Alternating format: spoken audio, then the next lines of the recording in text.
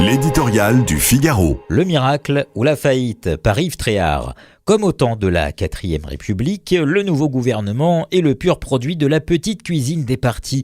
Pendant des jours d'intenses tractations, la classe politique, papoteuse, ragotante et jacassante selon la formule du général de Gaulle, a été à son affaire.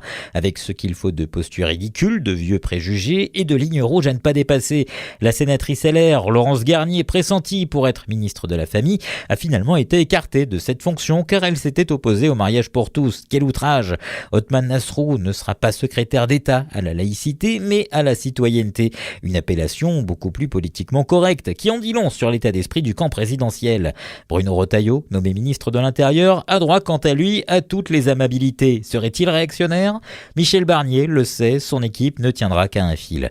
Il devra user de tous ses talents de conciliateur, et si, au sein de l'exécutif, règne une ambiance de coexistence précaire, dehors, tous les fusils sont sortis.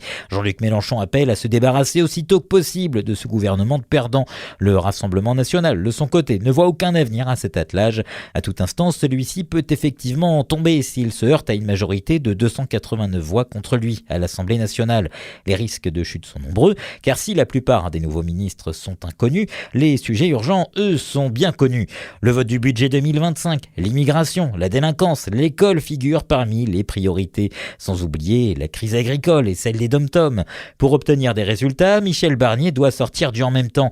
Hier soir, le Premier ministre a défendu la culture du compromis positif, lequel n'exclut pas, a-t-il ajouté, la fermeté et la rigueur qu'il entend notamment appliquer contre les frontières passoires.